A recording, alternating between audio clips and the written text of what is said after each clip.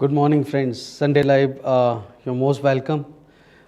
Today we are going to discuss something very important which world want to know, the whole world want to know, in fact, because it's a mystery that even after 3 years, 3 months and 17 days after the Russia-Ukraine war is still going on. So what is a mystery when there were talks scheduled in Istanbul between the Russia and the Ukraine? All of a sudden on 1st June, Ukraine struck Russian air bases, and they struck no smaller than the nuclear triad, military aircraft, fighter jets, transport aircraft, AWACS, which were very important. They were the carriers of cruise missiles, nuclear capable cruise missiles. So Ukraine decided to struck nothing less than sort of nuclear triad. So what was the need? This mystery is very important because this had followed by the attack by Russia. So there is a sudden escalation. So why this sudden escalation when President Trump had said that he would stop the war? He takes credit of stopping the war all across, including India, Pakistan, nuclear war, potential nuclear war, which he said time and again, at least 12 times he had said. So why he is not able to stop Russia-Ukraine war? What is the mystery? What is the intrigue behind this? So we are going to discuss this, and there are very important information which I want to share regarding one incident. First of all, I would say that on 23rd May, to begin with, on 23rd May this year itself, just few days back, on 1st June, Ukraine struck Russia, but just a week before that, there was an incident on 23rd May that involved USA 338 that got that's a satellite, the American reconnaissance satellite in the space. So that satellite had got the company, the USA 338. So this buddy was the Russian satellite Cosmos 3588 that was launched into orbit, closely aligned with that of the USA 338. So this was a very serious destabilizing activity in space. There were many analytical companies who keep track of the satellites. So one organization, Slingshot Aerospace, they indicated that the Cosmos 2588 that follows a nearly identical orbital path and maintained a distance of approximately 100 kilometers from USA 338. So that was too close when we talk of the space. There are distances are too much, but this was very close, 100 kilometer. It was nothing, too close, following the same orbit. So that had raised the eyebrows. This satellite, the Cosmos of Russian, that would go very close every 4 days to that USA 338, and the behavior had raised suspicion, it raised concern among the US defense officials about the potential anti-satellite capabilities. The Russians they were the first few nations in the world who had the ASAT capabilities. They can bring down any satellite in the space. But this is just the beginning.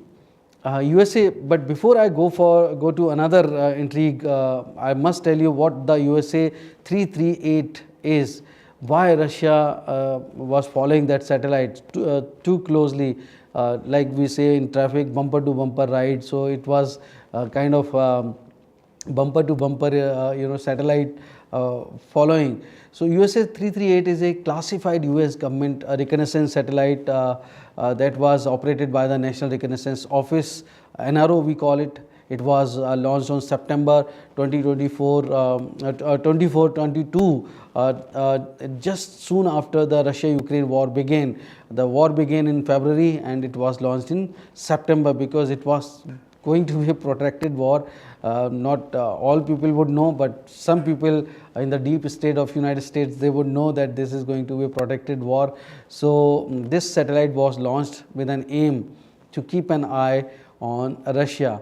So satellite 338 launch date was September 24, 2022, and it was aboard a Delta 4 heavy rocket from Vandenberg Space Force Base in California under the mission designated NROL 91. That was the mission name. The satellite is believed to be part of the KH-11 Crystal series, a family of electro-optical imaging satellite that provided real-time, very high-resolution imagery for intelligence gathering, reconnaissance purpose. So it was keeping an eye on the Ukraine and Russia portion. So you would know that they were following everything which was happening in Russia or Ukraine. So USA was interested. They launched the satellite, just electro-optical satellite, just for this purpose, USA 338. In May 2025, the Russian satellite Cosmos 2588 was launched. So that brings lot of point that Russian knew that Americans are following their every move, Ukrainians every move. So they launched on 23rd of May Cosmos 2588. So into the same orbit, very closely aligned with the USA 338.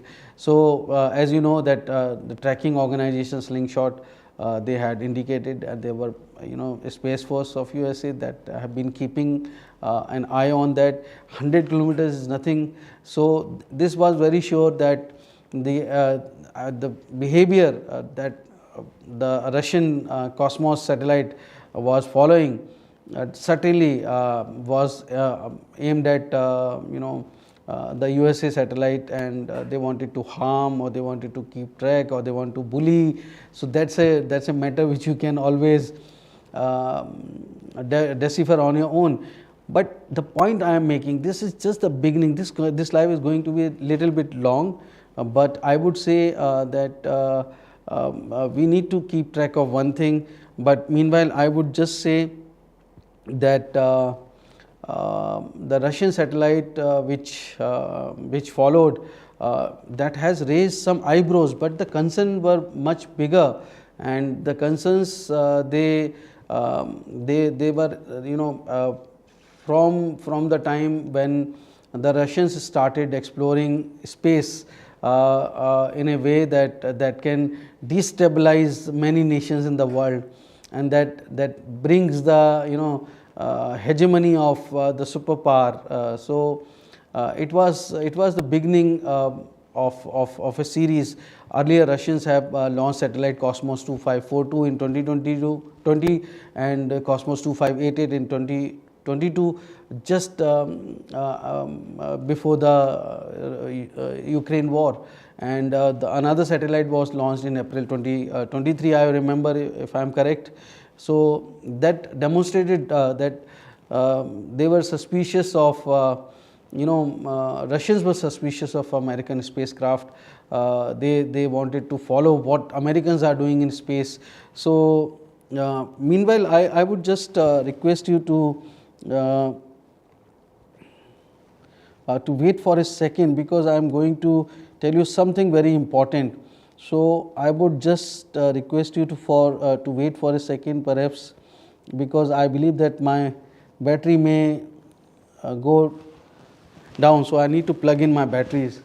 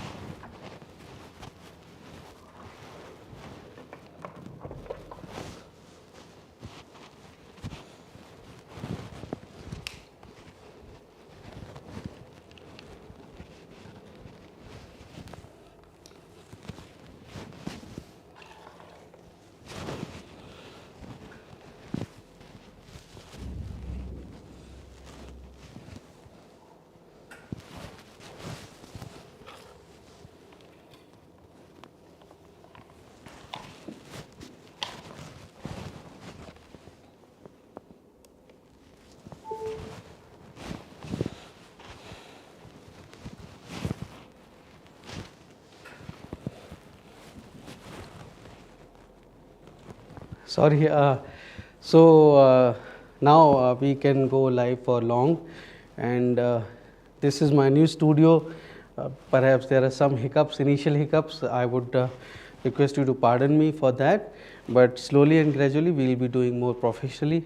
So Russians, they knew that the Americans are doing something in space, so they are always wary of each other's activities. So Russians would keep track of the Americans, Americans would keep track of the Russians, and this has been happening since Cold War. So kind of you can say Cold War II now. Why it is important? Anyone who thinks that Americans would stop Russia Ukraine war, I am going to tell you deep inside story today that this war is not going to be stopped as far as I understand, until unless the Russia is being subdued to a level that it would not come back as a superpower. So US wants to maintain their hegemony. So what are the factors, what are the reasons which I based on this hypothesis? And this is not just hypothesis, because I am going to tell you some facts and figures. So perhaps US Spacecom, they officially also confirmed that the Russian satellites they are keeping track of. They continued tracking of the Russian satellite. So the Russians, they would always launch satellites which are aimed at destabilizing the American satellites. So you know why I kept the name of this story as day zero, because the day zero is the time when there is a nuclear explosion. If in case in space, then all the satellites, all the space assets, they will be wiped out for hundreds and thousands of kilometers. So you would imagine that if the satellites are not there, everything on Earth is paralyzed, because whatever is happening on Earth is directly linked to space. So day zero is the name for that particular day when you have to start everything from scratch. So rebuilding the space infrastructure would take hundreds of years. So weaponization of space is very, very dangerous. So USA 338, that's a strategic satellite of the United States, as I told you earlier, and they would specifically target, they would keep track of Russia and Ukraine, and it's a part of their national reconnaissance. An ROKH-11 crystal series constellation of electro-optical imaging satellite, which I have already told you since we are dealing with this story. So this Cosmos series of the Russia is of very importance in nature, because Russia is developing or launching a nuclear anti-satellite weapon into space, or I would say low Earth orbit, LEO. So that has raised lot of concerns amongst the US intelligence community, the deep state, and the defense officials. They have expressed concerns that Russia is developing such capabilities, potentially violating the 1967 Outer Space Treaty. So we have a treaty, and when this matter was brought into United Nations Security Council, the Russia vetoed, and the China, who by and large stands with Russia and would follow the suit, in this particular case they abstained from the voting. So that is their strategy, but just want to tell you that Russia, that has raised alarm bells in the American defense establishment, American deep state, that Russia is going to launch a nuclear capable anti-satellite weapon into space.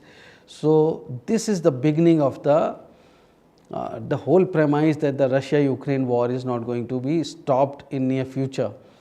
So in February 2022, Russia launched the satellite which was named as Cosmos 2553 just before the Ukraine war started. On 22nd, the Russian forces were moved in, and 24th it was full scale invasion, as we all know. So this satellite Cosmos 2553, which US analysts believe is part of a program to develop a nuclear asset weapon. Although the satellite itself is not a weapon, it is suspected to support the development of such capabilities. And there were many reports which indicated that Cosmos 2553 has exhibited very erratic behavior, including uncontrolled spinning, that suggested that there was some malfunction in its launch. And that again raised some concerns in May 2025 when Russia's newly launched Cosmos satellite was observed orbiting near this USA 338 I told you just, and the Space Command has noticed all the activities. So that was the beginning. So the whole, and this is Russia-Ukraine war doesn't happen all of a sudden. It does not start all of a sudden. The Russians, they fought World War II for the Belarusians, and they fought the World War II for the Ukrainians, because they want to keep these nations under their own influence. Despite Soviet Union got dissolved in 1991, but the World War was fought on this basic premise. One must understand. So Ukraine is very important for Russians. They would not let go Ukraine out of its influence. And moreover, when NATO is on their doorstep, this again raise a lot of security concerns for Russians. So perhaps this is one thing which we would be discussing today, and this is extraordinary thing. This analysis is mine. I would say that I studied this for very long, and whatever I am telling you, this is out of my own analysis, my own readings. So while these developments happened, Russia was actively pursuing asset capabilities. We all know there is no publicly available information, however, that confirms that imminent there is an imminent launch of this anti-satellite weapon in low Earth orbit. However, the intelligence are there, and Inspector weapon or satellite, there was one photograph of Putin with the missile, which is there in this thumbnail. It is behind. So Putin is standing with this weapon. So that has raised lot of alarm bells that this could be perhaps the nuclear satellite. So the situation that remains very dynamic, internationally being monitored. So Cosmos 2553 was launched on February 5th, 2022 at 7 UTC. So that was 10 a.m. Moscow time, I believe so. This day is very important because Putin announced the invasion on the same day, and 24th it was full scale. It was this Cosmos satellite was launched using a vehicle. I am talking about the Cosmos 2553 on 5th February 2022. This was launched using a Soyuz 21A rocket with a frigate upper stage from Site 43-4 at Plesetsk Cosmodrome in Russia. That again had seen multiple failures post that about the ICBMs. Here, since I had talked about this nuclear anti-satellite weapon, you would always ask if there are ICBMs, intercontinental ballistic missiles, which are nuclear capable, then what is the need for Russia to develop such a capability and put that in space? ICBMs, they have to be launched from the Earth. They have a potential to be detected. While anything in space can be triggered at any point of time without any detection, and it's a standalone capability which nobody would have. So you have the nuclear triad, like you have the fighter jets or nuclear bombers. You have submarines which cannot be detected. You can put your submarines somewhere in the ocean, and you also have some missiles land based. So that forms the triad. But again, they have vulnerability. You have seen that our Ukrainians have attacked Russians, the military bases through drone, and that is a very big strategy. For 18 months, they were been smuggling the drones into Russian territory deep inside, and they never use satellite. They use some old software, Ardiv pilot software, which was a redundant, obsolete software, and they did not connect the drones with the satellite or any signal which can electromagnetically be countermeasured or can be detected. So there was no electromagnetic signature. They used the mobile network, the local mobile network, and they assembled in Russian territory. So it was a protracted operation, very very secret.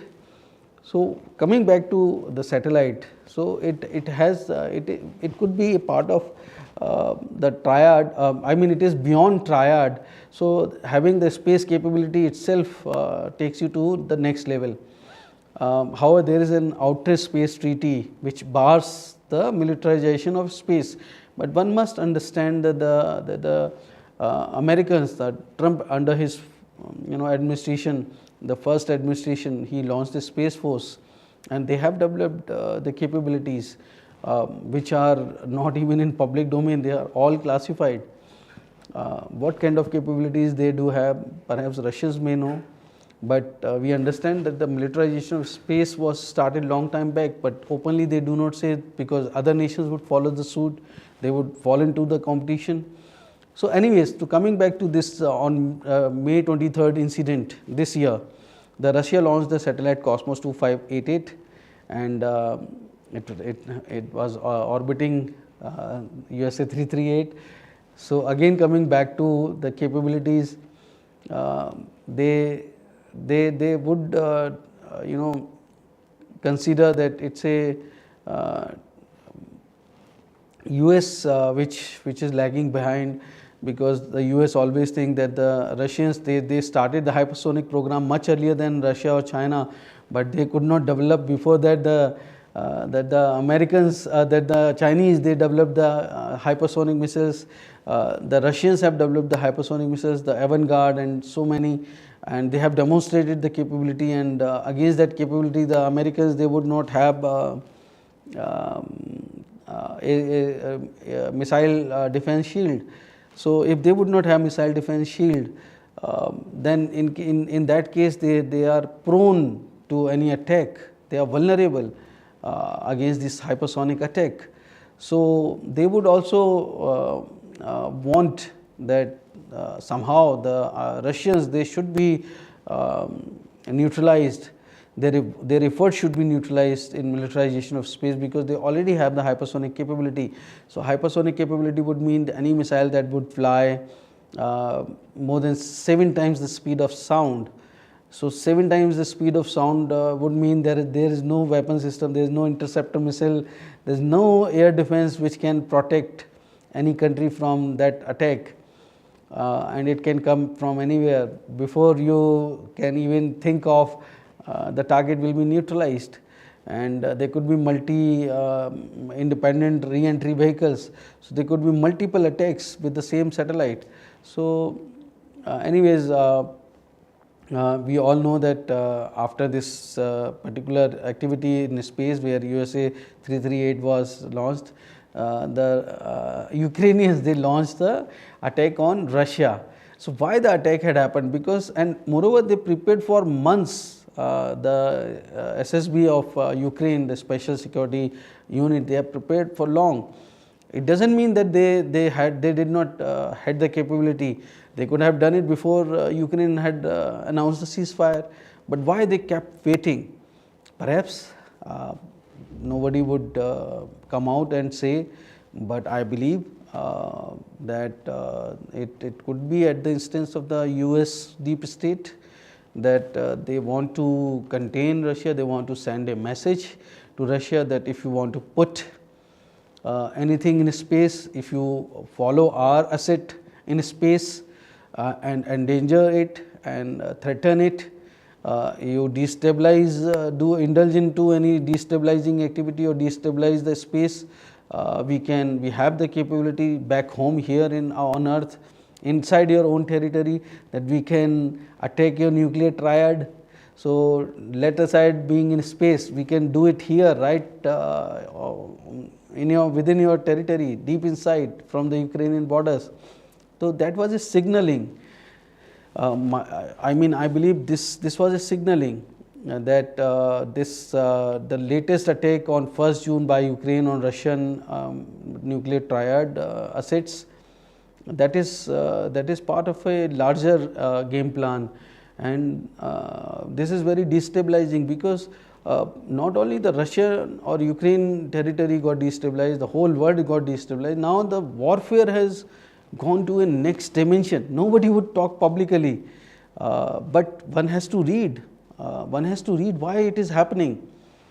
And I am going to tell you many things why this happened. But first of all, coming on to this particular attack, the Russians, they were overwhelmed. It was a holiday, their military transport day, as they observed, the raising day, as we observe here in India. Many units of Army, Air Force, Navy, so some different day for different units. So for transport unit, it was a kind of holiday for them. They were in celebration mood perhaps, and then the transport unit was attacked. The air bases in Belaya, Diaghilevo, Ivanovo, Severny, Olenya, the names are very difficult, or Vociferous, all of were being attacked all of a sudden, and there was a live stream video. So another UAV or another drone would capture the kamikaze drone attacking the aircraft, and more than 40 aircraft have been neutralized. The strike resulted in the destruction of or severe damage of 40 military aircraft. Can you imagine? These were strategic bombers like Tu-95, Tu-22, M3 and A-50 airborne early warning aircraft, AWACS, as I told you earlier. Approximately 30% of Russia's strategic cruise missiles carriers were being attacked and inflicted severe damages. And in terms of finances, media reports say that it could be worth $7 billion damage, $7 billion, huge. So why this spurt? This spurt on May 25th came barely a week before the Ukrainian attack, when Russia, in an unprecedented assault, deployed 298 drones and 69 missiles in largest airstrikes since the full-scale invasion that began in February 22. The attack resulted in 14 deaths and 70 injuries across 13 regions. And you know that thereafter Russia has also launched missiles and drones attack on Ukraine, and many people died. So Russian attack, including the key and the targeted critical infrastructure, residential areas, military sites. These escalations occurred just before new peace talks brokered by the US and Turkey in Istanbul between the Ukraine and Russians, and Ukraine had confirmed that their defense minister Rustam will participate in these talks, and then this attack came. So that means there is some power in the world that would not like the two countries to stop. They want two countries to continue fighting. So this incident underscores very heightened tensions and advanced military tactics ahead of diplomatic efforts to end the ongoing conflict. This is for sure. Why there is sudden escalation when peace talks are scheduled? And I believe this is what we are going to discuss. It's a veiled secret. The West says that it is the Russia has launched the hybrid warfare that threatens the West, particularly the Europe's security. This is a narrative which many would believe that Russia has launched hybrid warfare on Crimea without firing the bullet. In 2014, they have occupied Crimea. And even today, Europe talks about the Russia's hybrid threats, cutting off the undersea cables, blah, blah, blah. And we may not deny or reject their apprehensions, but we must think of something which is beyond, not even between reading between the lines, which is beyond imagination. It can be believed so easily. It's a hybrid warfare of the next level. And why I am saying so? Because you would believe that hybrid warfare, people say that the Russia has launched the hybrid warfare, but you must know that it's a global war game, that a nation is being provoked to go to war. So you may be wondering, if I am saying that Russia was provoked or incited to go to war, yes, there has to have some motives. So I have analyzed it. I am presenting a very different story. Who is right, who is wrong, I can't say, and I cannot take any sides. But I can present you the facts. I can present you some historical perspective, some facts, and it is up to you to decide. So as I told you that the day when Ukrainian launched the fresh attacks on Russia, a week before that some incident had happened in space. So you must understand that whatever I am going to tell you, it's a larger design. So it was a kind of deep state of the United States, I would say, whether Joe Biden administration was aware of it. They may be, because ultimately it is the military industrial complex which earned all the profits of the Ukraine-Russia wars, which is happening since more than 3 years. But Trump administration, if they come into power and they said that they come on the pretext that they want to stop the war, and they would stop the war on assuming when President Trump would assume the presidency on 20th January on the day 1. So, but I have a different theory to propose, and I would say that it was a hybrid warfare against Russia, with primary aim of targeting not only Russia, but also its all-weather ally China. And I have no,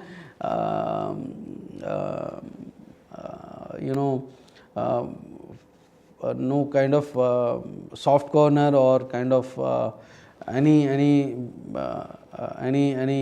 positive thinking about China, because China is a bully, because China is a expansionist nation. They are the aggressor. We have seen we are the victim, whatever they do. But still I am saying, because ultimately there is a group, the Russia, China, North Korea and Iran. And you know that even Russia, North Korea, Iran, they are moving in the sphere of Chinese influence. So Europe, the whole Europe is moving, before the Ukraine war, was moving in the Chinese sphere of influence. So that has worried US and perhaps the deep state of the United States.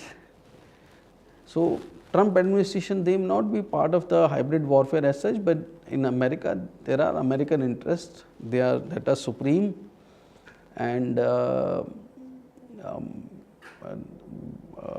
maybe deep state has devised so that they can be powerful all the time. They maintain the suzerainty. So if we go back to the Russia-Ukraine war, the first question that needs to be answered is, who gains most from the Ukraine war? Is Russia a winner? No. It has lost military equipment, soldiers, faced sanctions and put the economy on the back burner. And is Ukraine the winner? You would say no. Lost territory, soldiers, civilians, cities were devastated, and they have come under the huge debt of United States and the Europe. Then ultimately, who is the winner? Russia is the winner? No. Why Russia went to the war if it is not gaining? Why Ukraine would go to the war or fighting and backed off from the Minsk agreement? You know, the big question is, USA is the winner, and in all the way you say, if the Russia stops buying the Europe stops buying the Russian gas and oil, then who got the money out of the Europe? It is the United States, because Europe has started buying oil and gas from United States. So I would say that the people would think, why would the Trump launch the tariff war with many nations, including its allies and friends, and would ruffle feather with them? So these are the questions which needs to be answered. I would say that one should have the perspective, and there were two orders were being changed. One is the global order and another is the space order, which I believe that you know that the Russians they have brought things to the space. So in August, I want to take you into the history. In August 1939, Soviet Union and Germany, they signed a memorandum of understanding and kind of a non-aggression treaty that was known as Molotov-Ribbentrop Pact. Under the secret agreement, Poland was divided into a sphere of influence between Germany and Soviet Union. In the beginning, Soviet Union was standing with Nazi Germany, that was led by Adolf Hitler. When Hitler sent troops to the Poland on September 1939, Soviet Union also joined the invasion of Poland on September 1739, I believe so, if I am not wrong, in a coordinated move with Germany. The Soviets claimed they were acting to protect the Ukrainians and Belarusian population in eastern Poland, a region they considered part of their sphere of influence.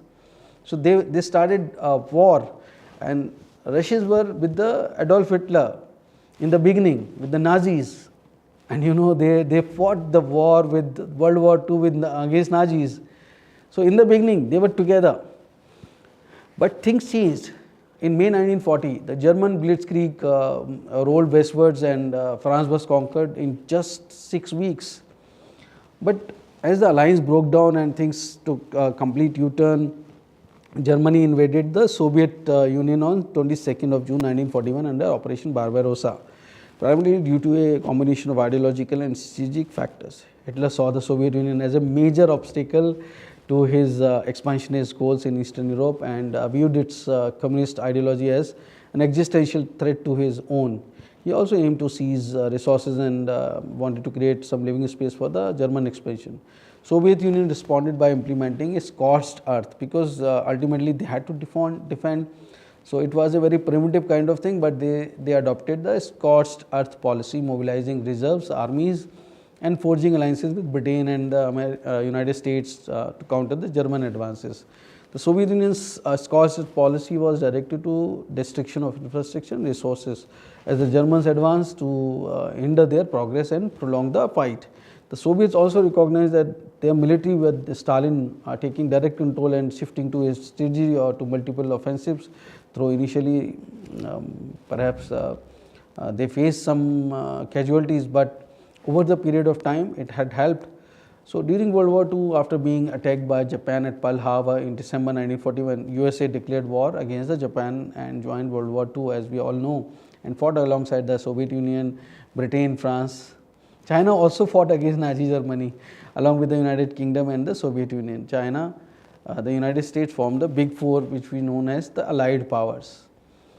With the defeat of the Axis power involving Germany, Japan and Italy in the World War II, USA and Soviet Union, they emerged as world superpower. Along with the UK, they pushed forward the formation of United Nations to prevent future conflict. Representatives from 50 nations, they gathered in San Francisco and drafted the UN Charter, which laid the groundwork for the United Nations organization. The charter was signed on 26 June 1945. We are celebrating 80 years now. And the UN officials, the UN officially came into existence on 24th October 1945. After its ratification by the key nation, as we all know. So, however, with the breakdown of allied powers, the wartime alliances fueled by ideological differences and differing visions for post-war world, particularly in the Eastern Europe, that marked the beginning of the indirect conflict called the Cold War between the United States and the Soviet Union. So, whatever you are seeing, that is the extension. That was the Cold War I, now it is Cold War II. We will talk about this, how this Cold War II is happening.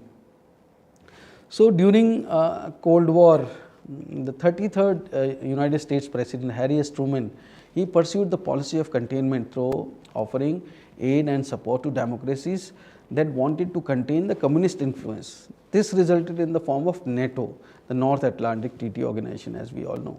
That was formed in 1949 as a military alliance between the United States, Canada and several Western European nations to provide a collective security against the Soviet Union. So, the alliance was established to prevent communist expansion in Europe and was formalized with the signing of the North Atlantic Treaty on April 4, 1949. So, NATO, the military alliance, was representing the Western Bloc, whereas the Eastern Bloc led by Soviet Union formed Warsaw Pact Organization, the WPO. The Warsaw Pact, the military alliance, formally the Treaty of Friendship, Cooperation and Mutual Assistance, was a kind of collective defense treaty signed in Warsaw, Poland, between the Soviet Union and 7 other Eastern Bloc Socialist Republic of Central and Eastern Europe in May 1955 during the Cold War. To cut it short, some of the major events of the Cold War between Soviet and USA were marked by Cuban Missile Crisis, when the Soviet Union put the missiles in Cuba. Now it is the kind of, if it is putting missiles in space, it is a Cuban Missile Crisis in space. So, the Berlin Wall's construction was another event, the fall was another event, the North Korean war, the Vietnam War and the space race and the Soviet Union's dissolution. These are part of the key events of the Cold War. So, all through the Cold War, both Russia and US, they strived hard to surpass each other in space. However, for a long time Russia took the lead in space, whether it is the launch of first artificial satellite Sputnik, sending an animal in space Laika, first man in space Yuri Gagarin, first woman in space Valentina Tereshkova, first spacewalk by Alexei Leonov, first space station Salyut, one in 1971. So, first lunar impact Luna 2, that was launched in 1959 if I am not wrong.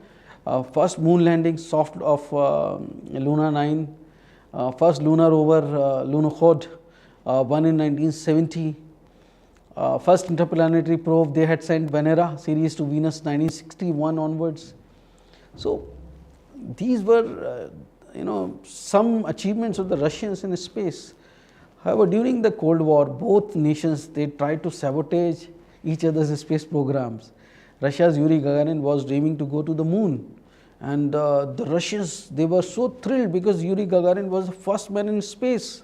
So, however, they never wanted to send him again for another mission, because if something happens, so their icon, the national symbol would be hurt. So, they were very protective of Yuri Gagarin, but like Yuri Gagarin, every Russian was so dreaming to go to the moons. He was the first man in the world to encircle the whole earth in space. It was a great feat.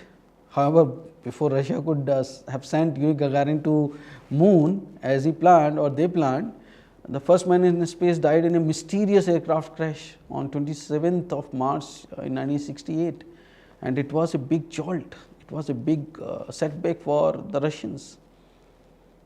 And the very next year on July 20th, 1969, Neil Armstrong and the Apollo 11 lunar module pilot by Buzz Aldrin, they became the first people to land on the moon. And the next day they spent 2.5 hours outside the lunar module Eagle spacecraft, which with Michael Collins. He remained in the lunar orbit in the Apollo command module, the Columbia.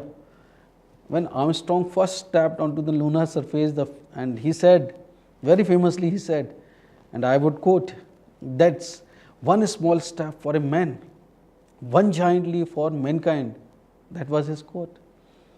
And it was broadcast live to, say, more than 500 million viewers across the world. Apollo 11 was a major US victory in the space race, and that fulfilled a national goal. It was proposed by President John F. Kennedy in 1961 that he would land an American onto the moon and returning him safely back to the earth. Before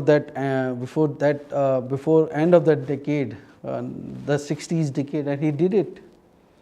So it was a big setback for Russia, a big win for Americans. And during these years of conflict, both the countries, they would also cooperate with each other and collaborate with each other in space. You remember that 1975 Apollo Soyuz, that was first crewed international space mission carried out jointly by the United States and the Soviet Union in July 1975. Millions of people around the world, they watched on television as American Apollo spacecraft docked with a Soviet Soyuz capsule, the handshake, the project. That was a symbol of detente between the two superpowers during the Cold War. But before we discuss further, I would say that the most crucial aspect of the space race, two superpowers, let's see how the Chinese were playing during that Cold War time, because ultimately it is China that is very important for everyone. It's a pacing channel for challenge for Americans. It's a bigger challenge than Russia to Americans. So if they contain the Russians, if the Americans contain the Russians in Russia-Ukraine war, China by and large would be contained. So if China decides or plans to invade Taiwan, it would not do so until it gets free or learn all the lessons from Russia-Ukraine war, or its ally is not fighting, because ultimately it is China that is supporting militarily also. USA is accusing time and again. So Chinese, they had a role to play in the Cold War, and interestingly, because they did not side with one bloc, it played a strategic real political game with both the countries, USA and USSR. They leveraged the rivalry between the two superpowers to assert their own independent path. Both superpowers, they saw the value in engaging with China to prevent it from falling completely into the other's sphere of influence. So if we say or we see the history, China has a very serious border dispute during the Cold War with Russia in 1968, and they had also had a very long drawn war with the Russians, a kind of undeclared war for 7 months. It was a military conflict that brought both the countries to the brink of war. It was not a war directly, but everyone knew that near Damascus, which Chinese would say Zhenbao Island or Ussuri Island or Vosuli River, the Chinese, they opened up their economy to the world that point of time and brought major reforms, and suddenly they realized that this border dispute is hinging on their prosperity, their economic growth. So on the Warsaw Pact side, simultaneously what happened, then there were divides, there were fissures, they started erupting. So due to the internal pressure within member states and a shift in Soviet priorities and consequential revolution of 1989, the fall of communism resulted in the collapse of most Marxist-Leninist government in the Eastern Bloc, that led to the formal dissolution of Warsaw Pact on 1st July 1991 in Prague. The Soviet Union also got dissolved that year, as we all know, that 1991. The end of the alliance's 36-year-long existence, and that signaled the end of the Cold War. So how the Chinese were playing all these years, so they wanted to be part of the United Nations Security Council, but they were initially opposed by the United States. So China, on the other hand, they indirectly contributed to the erosion of the Soviet global influence by splitting the communist world. They were the communists and the Soviets were communists, but they split it. They sided with the US. That means there was a divide, and they forced the USSR to divert resources. USSR from the very beginning was in full support of People's Republic of China, then the Republic of China, the Taiwan. And both superpowers, the United States and Russia, they saw value in engaging with China to prevent it from falling completely into other sphere of influence. So as United Nations General Assembly adopted a Albanian and Algerian resolution 2758 on 15 November, I believe, 1971, People's Republic of China, or the PRC, they dethroned the Republic of China, the Taiwan, the ROC. Now PRC started sitting in the United Nations Security Council meetings from 23rd November onwards, that year, 1971. So USA, after the adoption of resolution, they started recognizing PRC in the United Nations, because ultimately they had to. The United States used China as a counterbalance to the Soviet Union in the Asia. So Deng Xiaoping, that point of time, when he came into power in 1978, and he brought major economic changes. He spearheaded reforms, opened the Chinese economy to the West. So this policy shift from the socialist economy to the market-driven capitalist economy, that paved China way to progress. And we can see the graph. It started rising, but they realized that peace and stability on the border is very important. It was never felt greater than in 2001, when China was pushing for WTO membership. That year, and the breakthrough came, because if the leadership decides that they want the peace and stability on the border, they would do it. One needs to have the political will. So it was in July 2001. Both Russia and China, they signed a Sino-Russian Treaty of Friendship in 2001, and the Article 9 of the treaty was on the similar line as of the NATO Article 5, that says that if one country is attacked, it is being considered as the attack on all the nations of the alliance. So Article 9, however, there was this difference between Article 9 of this Russia-China treaty than the NATO Article 5. But they would say they would not attack, retaliate, but they would immediately contact each other. They would consult each other. If one of them is threatened or attacked, or they believe that they would be eliminated. So the agreement gave a push to stability in both China and Russia, and Chinese could now focus more on the economic development to cut it short. And 5 months later, in December 2001 itself, China joined World Trade Organization and became the 143rd member of the WTO. China's GDP started growing at the slow pace until 2001, but it got wings after it joined the WTO, and there was a need of peace and stability and prosperity. In October 2003, both China and Russia finally resolved their border dispute permanently. China was granted control of Tarabora Island, which is also known as Inglong Island, Jianbao Island, and around 50% of the Bolshoi Ruskai Island, and also known as Hiksai Island, something like that. And this gave a sudden spur to the Chinese economy, and the Chinese economy started growing very exponentially, very fast. In July 2008, the Chinese Foreign Minister Yang Jiechi and Russian Foreign Minister Sergei Lavrov, who is also the current Foreign Minister of the Russia, they signed the Sino-Russia border agreement and finally settled the remaining eastern part of the border. And the rise of the Chinese economy has been exponential since then, and USA started feeling the heat, threatened, and it took China as a pacing challenge now. And both Moscow and Beijing, they boast their all-weather friendship. So that again posed challenge to the Americans. So however, Russian economy will not flourish the way the Chinese seen the rise. Though Chinese, they took at the help, the Russians were bigger, the Chinese were nowhere, but the Chinese economy started growing too fast, and Russians, they grew but very slow rate. And the Chinese, they were very shrewd. with overt, covert way. Chinese got the West technology, they stole, they bribed, whatever way, they got the West technology, and they also imbibed the Russian technology through tech transfers and then reverse engineered them. Even they took the weapon system from the Ukraine. They hired people from the Ukraine. They stole the technology.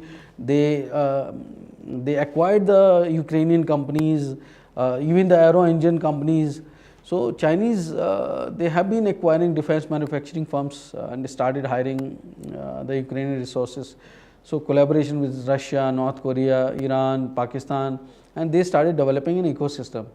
And this is how they developed hypersonic weapons, 5th and 6th generation aircraft so fast, because they had the vision. They knew that we have to, if we want to become number one nation in the world, superpower, want to compete with the USA, we need to develop a strategy.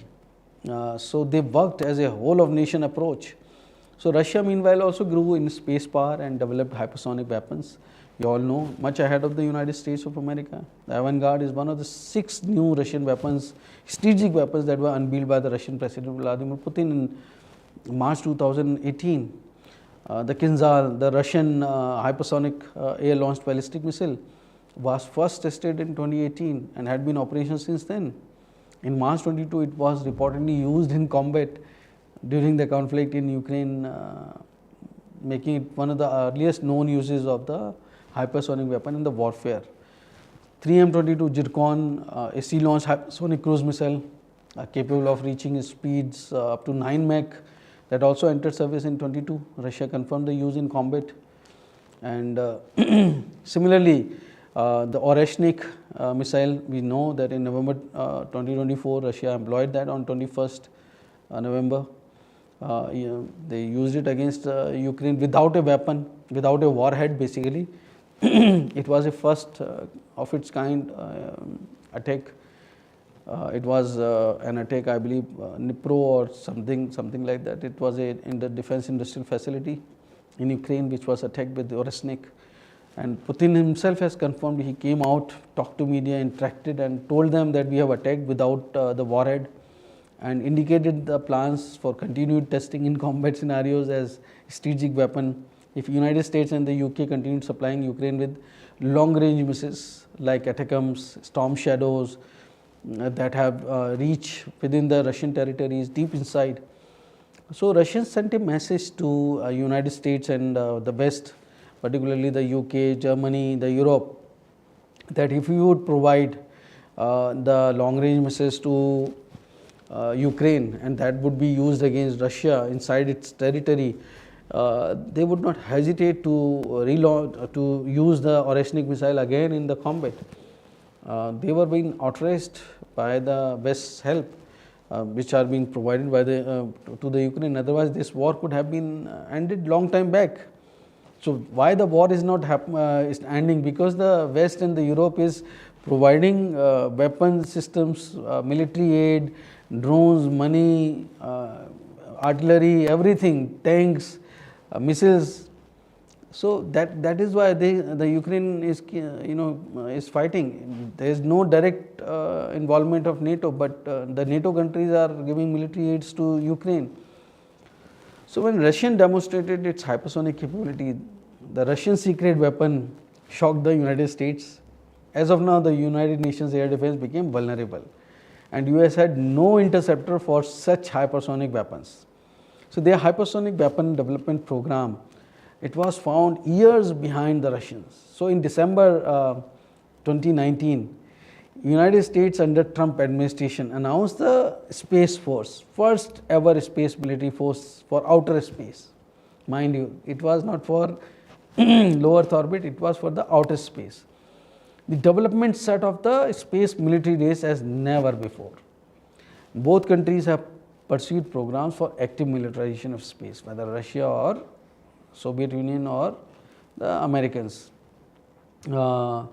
They had military space stations under the Almaz program that was equipped with 23 millimeter autocannons for defense. The Soviets, and these were experimental and not part of a deployed weapon systems. Almaz program was followed by anti-satellite weapons program. The USSR tested co-orbital asset programs in 1970s and 1980s that could destroy enemy satellite using kinetic impact. With Russia, US, China also developed top-notch anti-satellite weapon capabilities, we all know, long time back. In 2021-23, during that time, the United States and allies, they accused Russia of testing Inspector satellites that could potentially act as a weapons and could capable of approaching or interfering with other satellites. So that interceptor weapon, that is the one thing that has alerted the West. So that has really set off some motion. So that weapon capabilities in 2021 and 2023, during that period of time,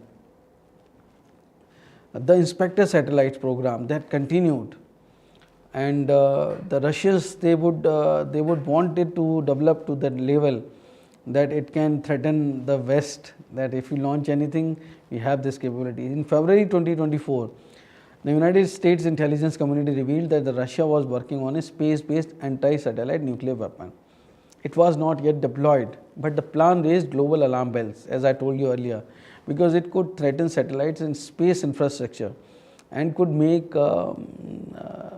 space as day zero, because if it explodes, it was a deliberate explosion or it was by accident, it would wipe out all the satellites in space. So it would be considered as day zero for Americans. So building that infrastructure would take hundreds of years. And as you all know that all the nations in the world, they are interlinked, they are interdependent. Many countries in the world have seen unprecedented rise in development because of these satellites, whether it is the Africa, whether it is countries like India. The development by and large could be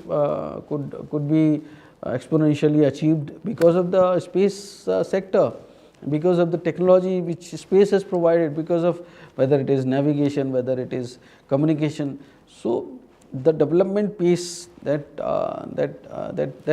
was because of the virtue of the space, because of the virtue of the satellites. So in any case, both countries were trying to outpace each other, and meanwhile they saw the China coming, and it was a real pacing challenge, US to hegemony. So how it started, if I tell you in brief, then we have to go back to the Russian US space program post World War II. Both countries collaborated on International Space Station. ISS began in the 1990s, combining the American Freedom Program and the Russian Mir-2 project. Russian Roscosmos collaboration also included space agencies from the Europe, Japan and Canada, and decided to jointly build and operate the ISS.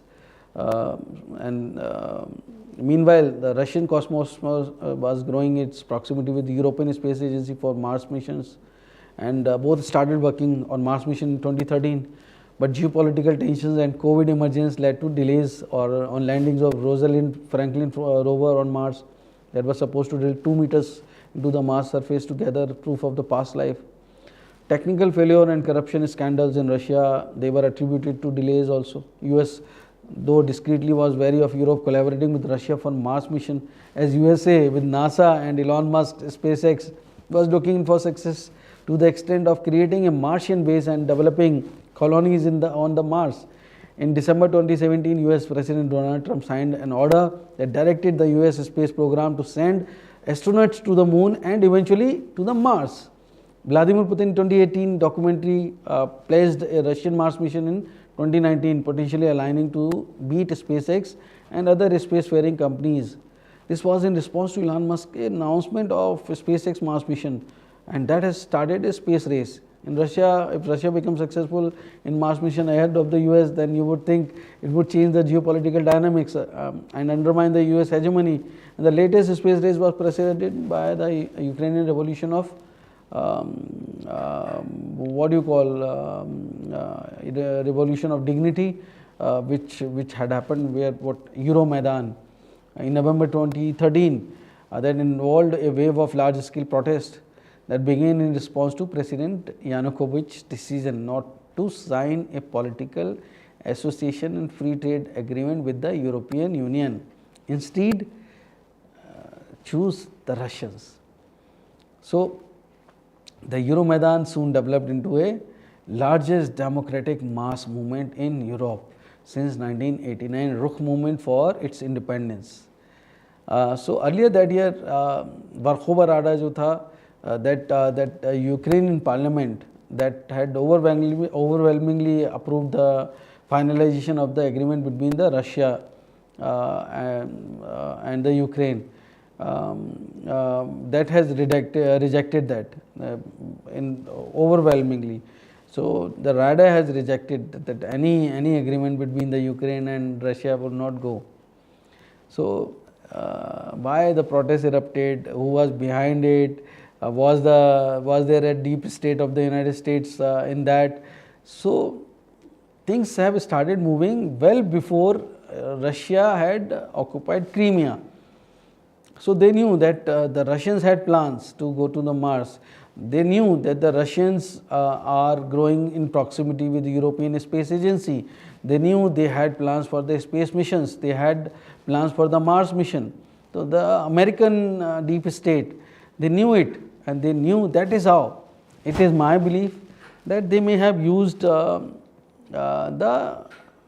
people's sentiment in Ukraine that led to the Euromaidan protest.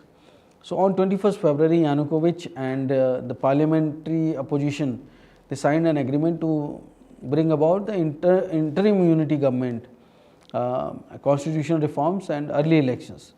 Police abandoned central Kiev that afternoon, and the protesters, they took control. Why police abandoned?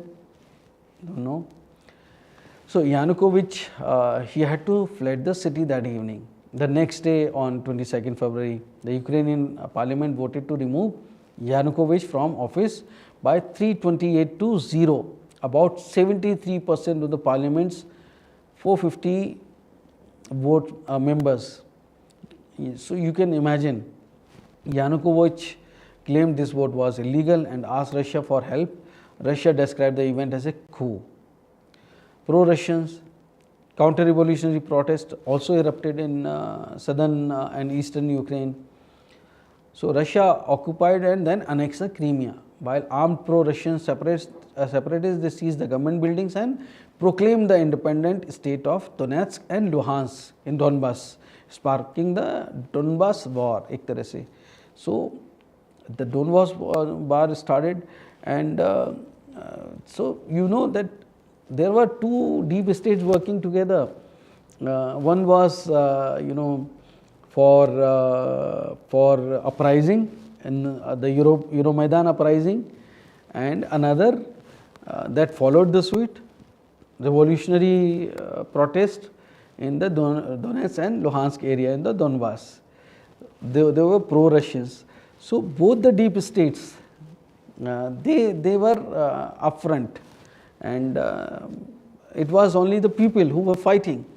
So ultimately, Russia, who recognized the Ukrainian sovereignty after the dissolution of USSR, did not want to move it away from its own sphere of influence, as we all know, because it fought the Second World War because of the Ukraine, because of the Belarus, and was wary of any membership of NATO to Ukraine. So USA knew the Russian red lines, and they very well understood that Ukraine could be used as proxy for prolonged war with Russia to weaken it. That is why US initiated the Budapest Memorandum on security assurance. So because they knew that one day if they want to contain Russia, then if Ukraine would have the nuclear weapon, then it could be nuclear war, so their interest would be hurt. So US itself initiated the Budapest Memorandum on security assurance in 1994. It was no other country but the United States that initiated the Budapest movement. The US initiative was strongly supported by United Kingdom, And I would take you further, why United Kingdom. So if USA was proposing it, if USA was initiating it, so United Kingdom was supporting it. And in 1994, Russia signed Budapest Memorandum, under which Ukraine gives up its inherited nuclear weapons arsenals, the third largest in the world at that point of time, in exchange for the security guarantee from Russia, US and UK, and none of them provided any security to the Ukraine. And Ukrainians, they know, they forget that it was USA, it was UK and it was Russia that provided the security guarantee in lieu of if they gave up the nuclear weapons. So as US military got winds of growing Russia-China ties and enhanced cooperation in hypersonic and space technologies from 2012 onwards, the American deep state started countering Russia through old tactics, and it also started countering China in other spheres, but it was Russia first of all, by impinging on Russia's security. They knew that if they attack on the Russian red lines, the Russia would be provoked. So in 2008, NATO promised eventual membership to Ukraine and Georgia. By 2013, when it was very clear that Russians are having some bigger designs, they want to make it again in the space like what happened during the Cold War. So by 2013, NATO and Ukraine held joint military exercises, and the exercises were named as Rapid Trident. Russia saw these as a serious intrusion into the traditional sphere of influence. As we know, that Russia fought World War because of the Ukraine. So when you are having military exercises with your enemy, the NATO, that has threatened Russian security, they would definitely think that it is moving away from its sphere of influence. They always wanted to keep Ukraine either neutral or in its sphere of influence. So meanwhile, US and NATO continued to build a missile defense shield in Europe, and key components were placed in Romania and Poland. Russia argued that this system could neutralize its nuclear deterrent, despite NATO's claims that it was aimed at threats from the Iran. NATO said that we are building this air shield because of the Iran. Russia said, no, you want to neutralize my nuclear trident, a nuclear triad. So in late 2013, European Union pushed for Ukraine to sign an association agreement under its Eastern Partnership Initiative. Although this was an European Union, not NATO initiative, Russia viewed it as a part of the Western geopolitical strategy to pull Ukraine out of Russia's orbit of influence. As I told you earlier, this contributed to the Euromaidan protests in Ukraine starting November 2013. So who started it? Deep State of America or the UK, MI6, not sure, but one has to dig, one has to see the classified files maybe after a few years. So which ultimately led to the 2014 revolution and Russia's annexation of Crimea. So who provoked Russia? Who provoked Euromaidan protest? Provoked Russia to go and annex the Crimea. And they wanted to prove that Russia is an aggressor. So amid these developments, NATO conducted more military exercises near Russia, and particularly in the Baltic region and the Black Sea.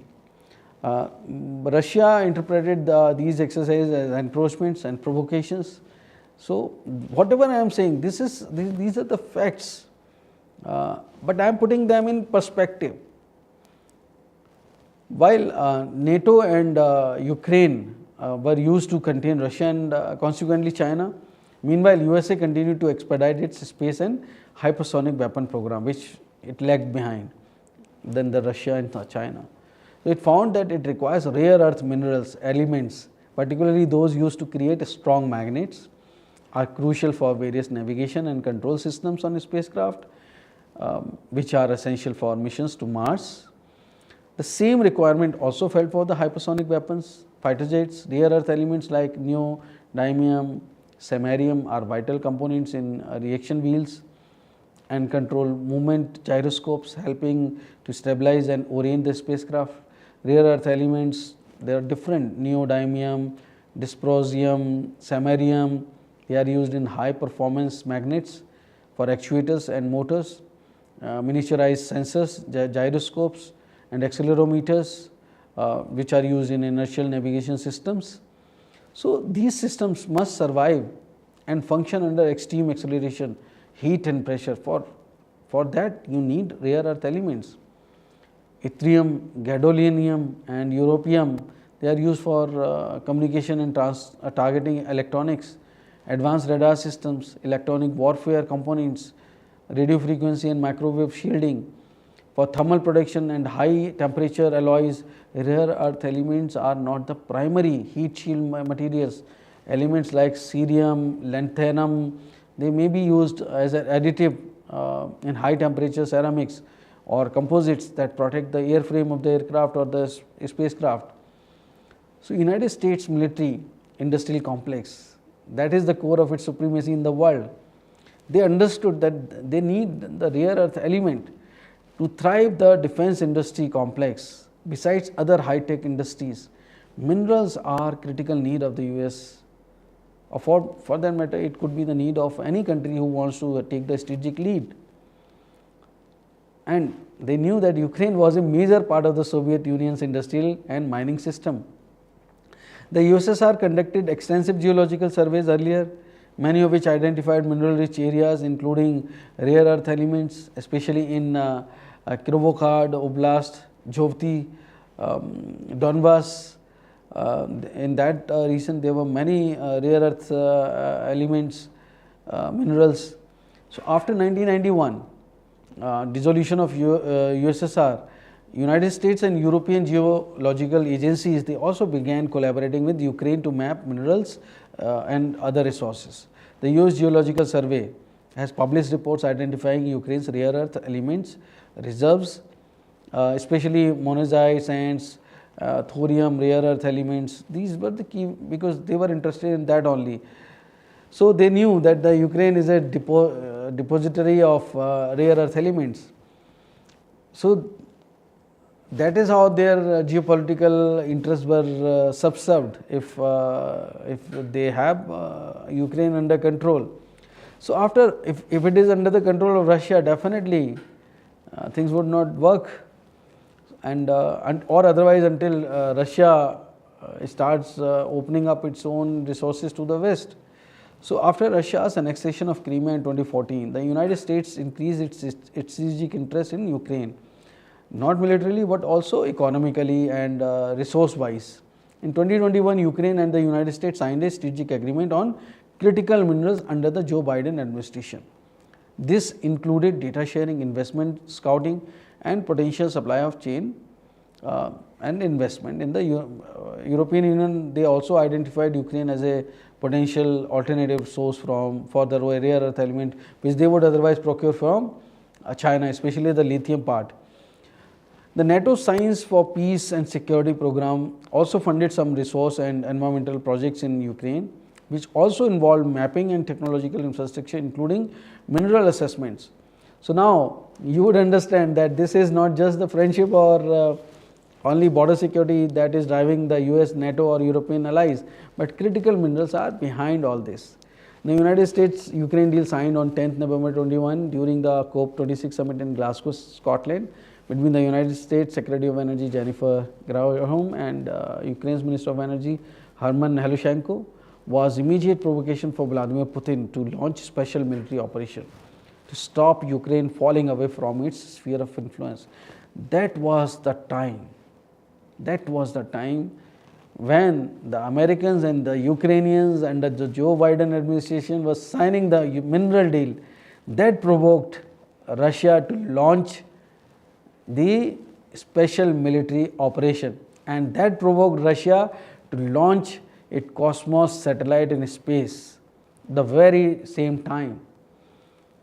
So, they knew that if Ukraine moves out of it or they sign a mineral deal, it would be impinging on its sovereignty.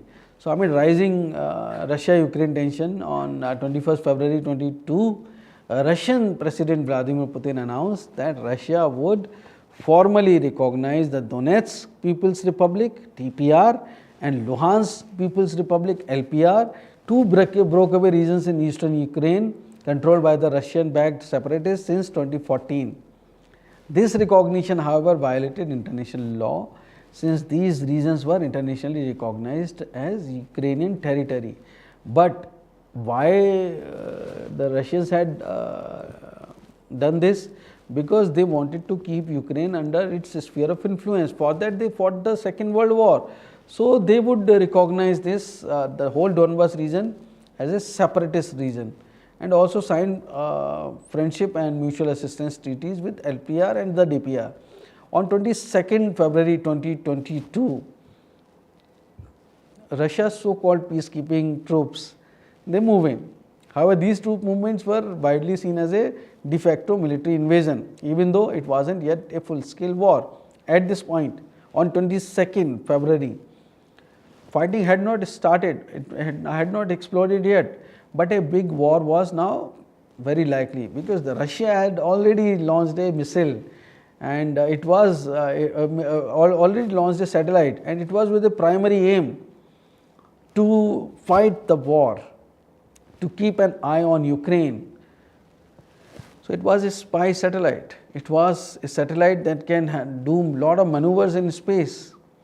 So, on early morning of 24th February 22, the full-scale Russian invasion began as Putin announced its special military operation in Ukraine. So, Russian forces, they launched air strikes across Ukraine, invaded from north Belarus side towards Kyiv east side, Russia and Donbas region, towards Kharkiv and Donetsk, South Crimea, and towards Kherson and Mariupol.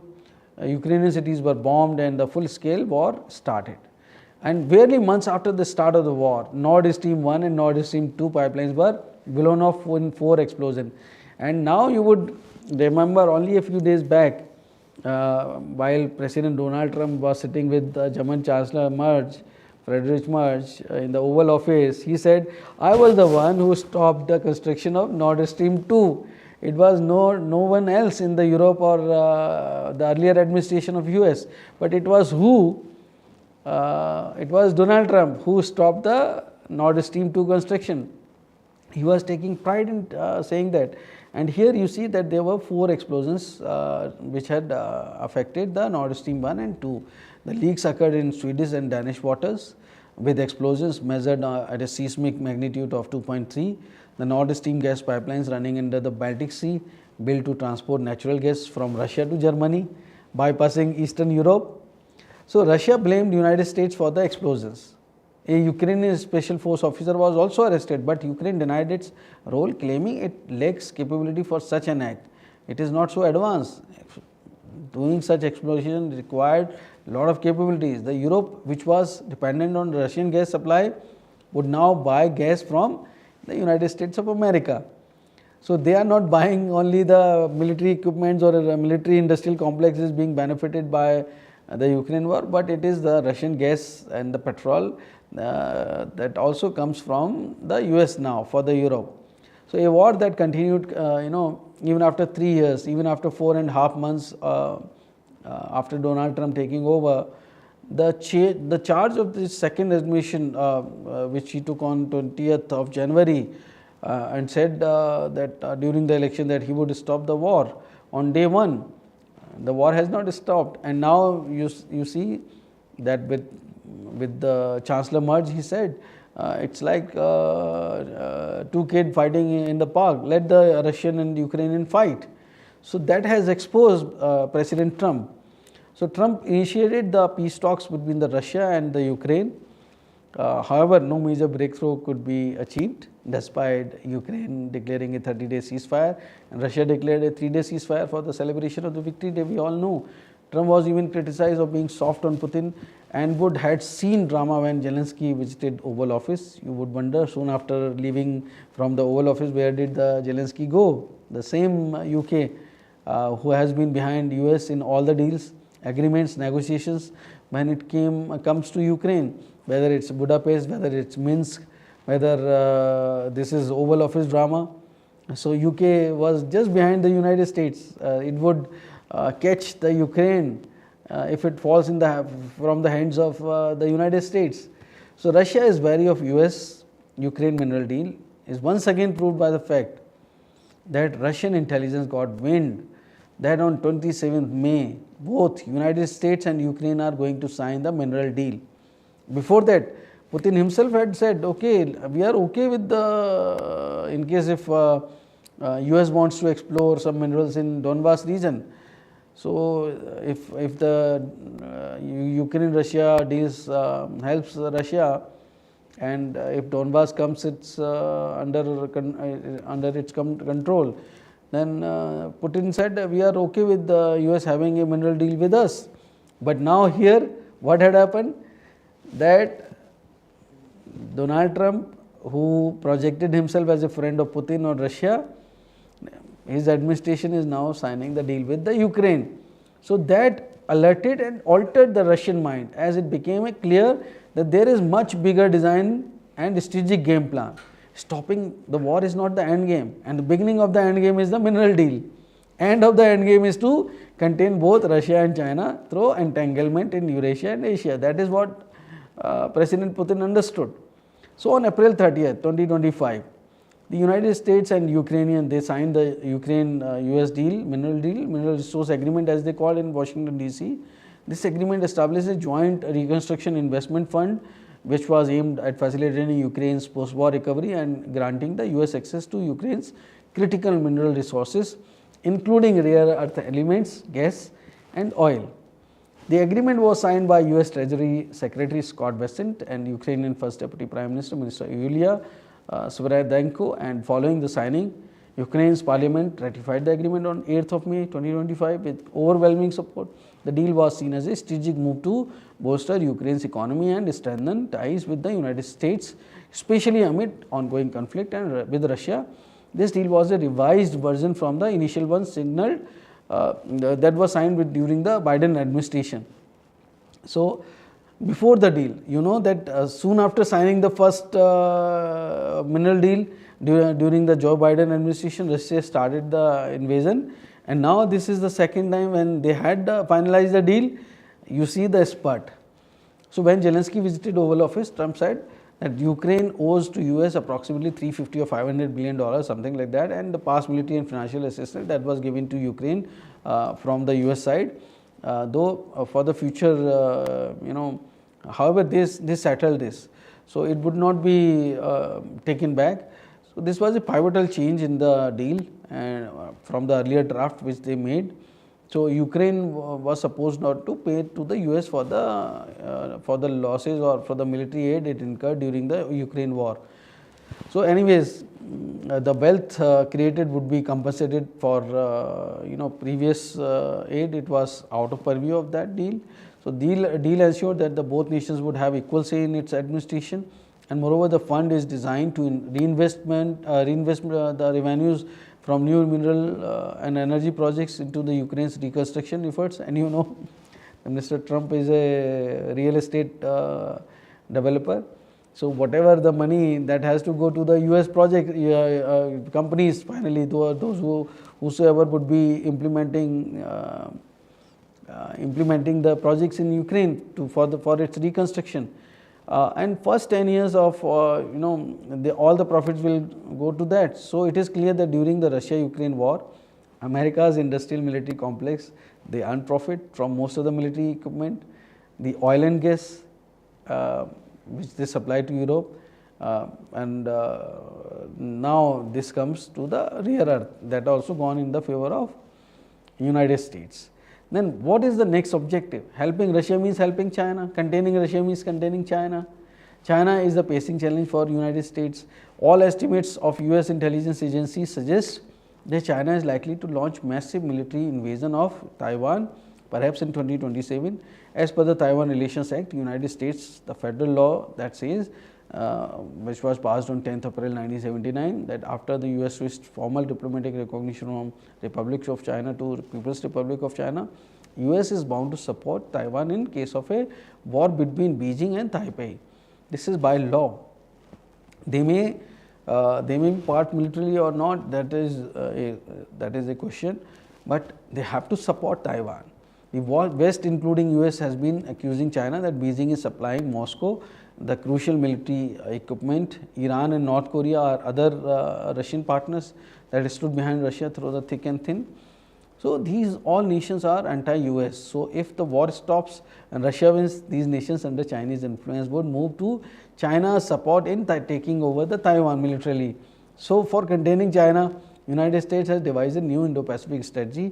US is known for changing its allies, partners, and geopolitical interests, they get shifted. US interests also get shifted.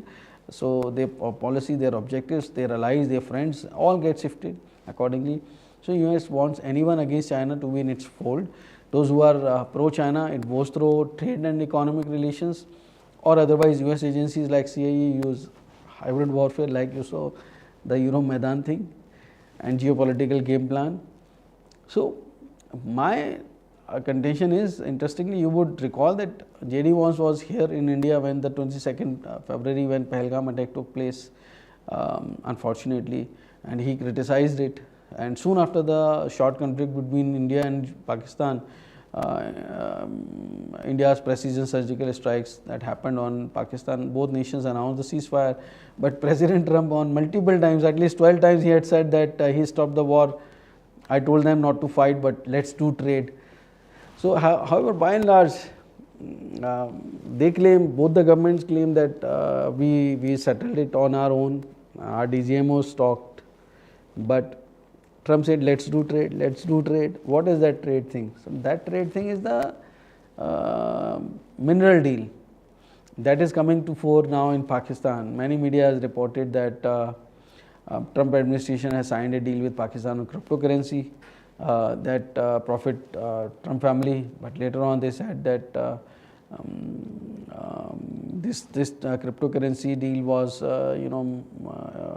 facilitated by Army Chief General, who is now Field Marshal Asim Munir, a religious fanatic, jihadi general.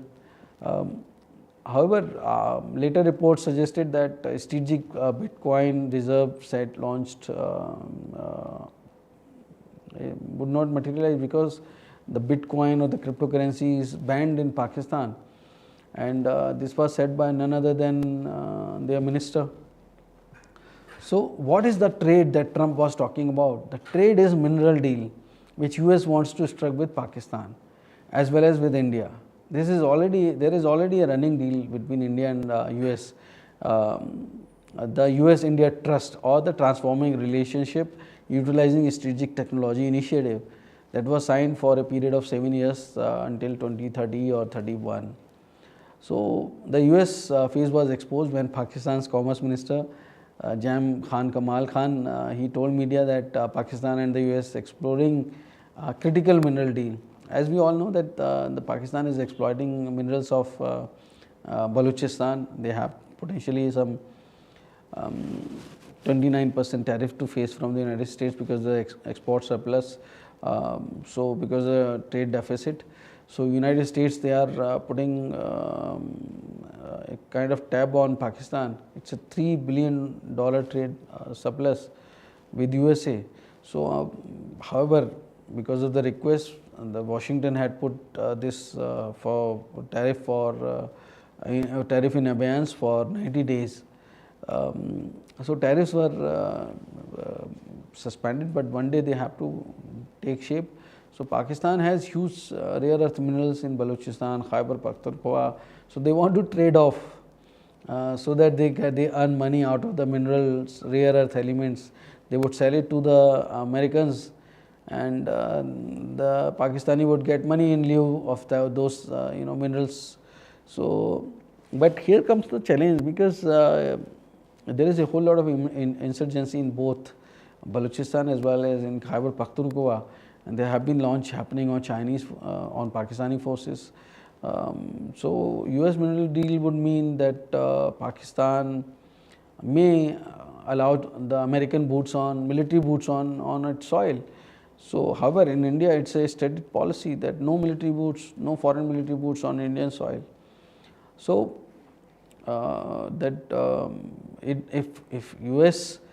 if the US military comes onto the Pakistani, they would directly confront with the Chinese who are building the BRI, the CPEC in China-Pakistan Economic Corridor. That major portion of that goes to Pakistan occupied Kashmir, Gilgit-Baltistan. So it would have lot of geopolitical dynamics in play, and it would not be in favor of India, that because ultimately the US would fall in the gambit of the Pakistan.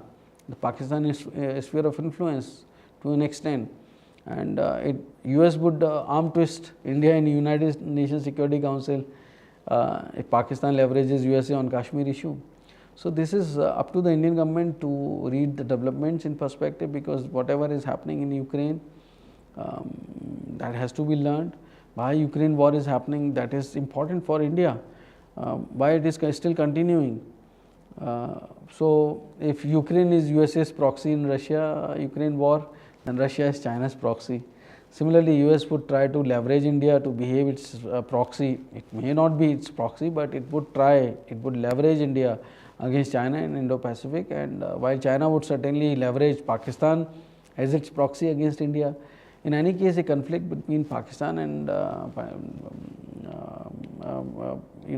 with India and Pakistan would bring in the third element, the two-front war with China.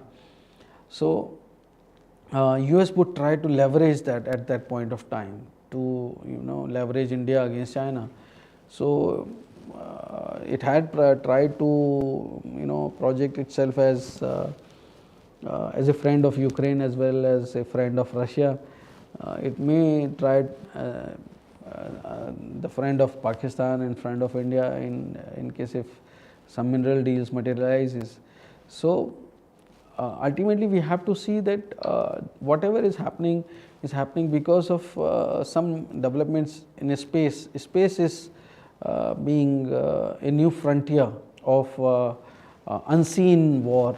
It's a hidden war. It's a hybrid war. It's a game plan which is not out in open. But as I told you that things have started happening two times, when the Cosmos was launched in 2022, when this Cosmos was launched on 23rd May. So these are the key dates.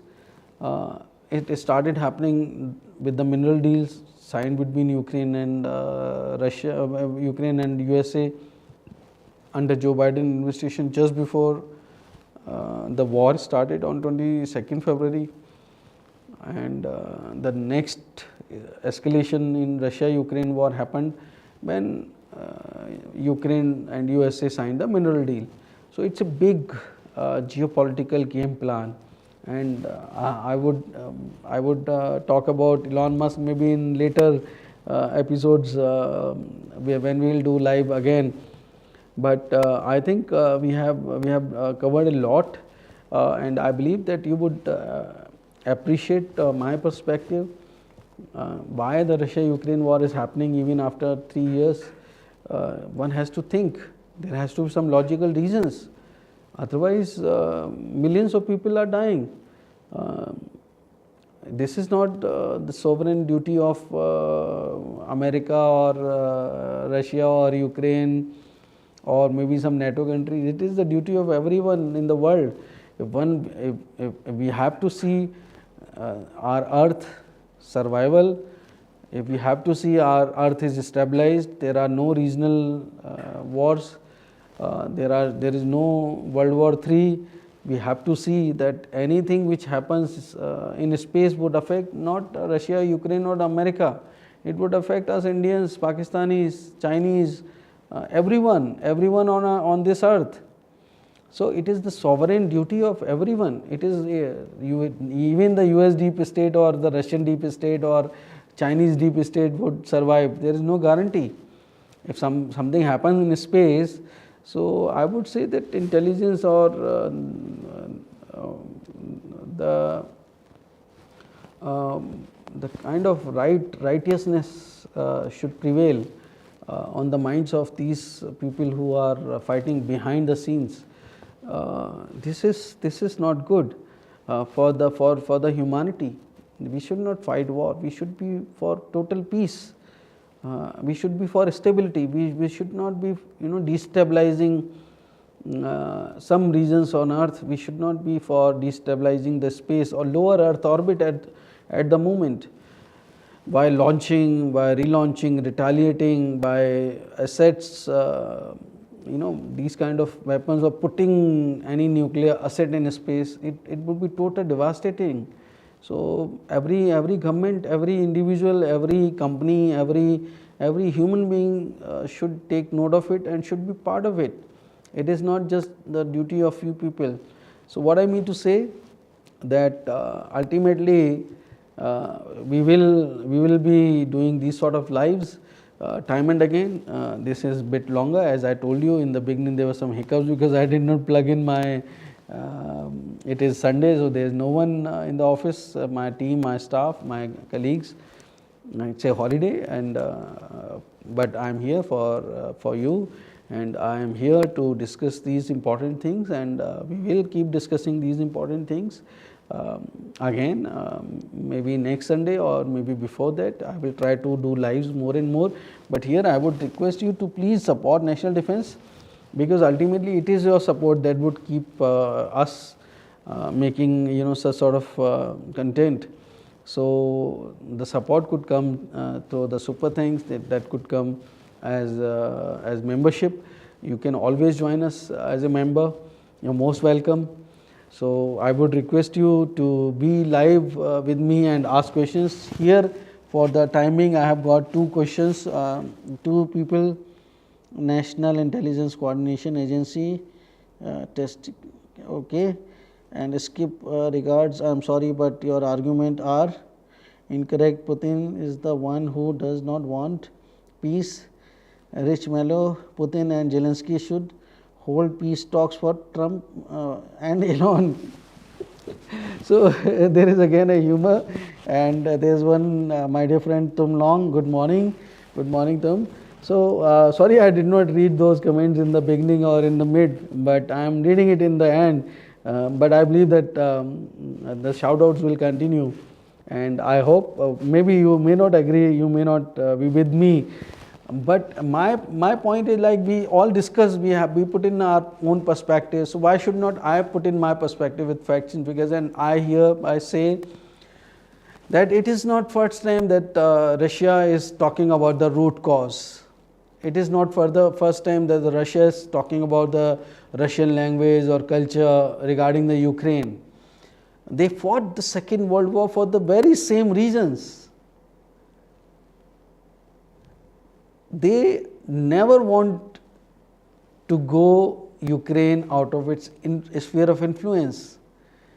For that, they would use every means, whether it is hybrid warfare, whether it is nuclear triad, whether it is leveraging space, but one should not go out of the mind. That is what I am saying. The righteousness, that should prevail.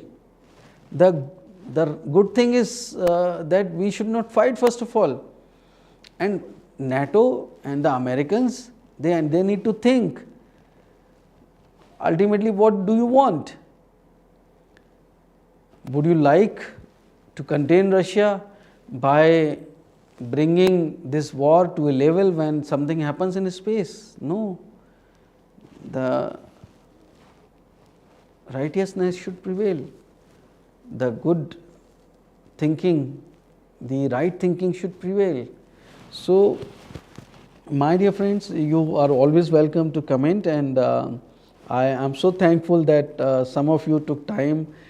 You joined this live on Sunday, on a holiday, but I so enjoyed having your company, and I so enjoyed talking about this. I'm putting forth my perspective as an Indian. We always strive, to have a peaceful, stable world. We always believe everyone in this world as our brother, sister. We believe that we are a family. Vasudhaiv Kutumbakam is one word in Sanskrit language, which we say that the world is one family. So we believe that even if Russians dying, they are part of us. Even if the Ukrainians are dying, they are our brothers. They should not die. They should not lose their lives. They should have peaceful life. There is lot to do. Both Russians, Americans, Ukraine, they are quite good people, very intelligent people. They can make this world for the betterment of human beings, not for the killings. So something has to do. Someone has to shake their minds. They should know what is right. They should know what is wrong. This is mindless. This is mindless. Killing people in the war field, in drone warfare, whatever, and this should not go to space in any case. On the first count. So, with lot of thanks, gratitude, I want to end this. You are my good friends, viewers. You are part of this community, national defense community. So thankful, so glad. I must pay my heartfelt thanks to everyone whosoever is with me, with my channel. So grateful for your all kind of support. Just you watched, that means you supported national defense. So kind of you. Keep watching national defense.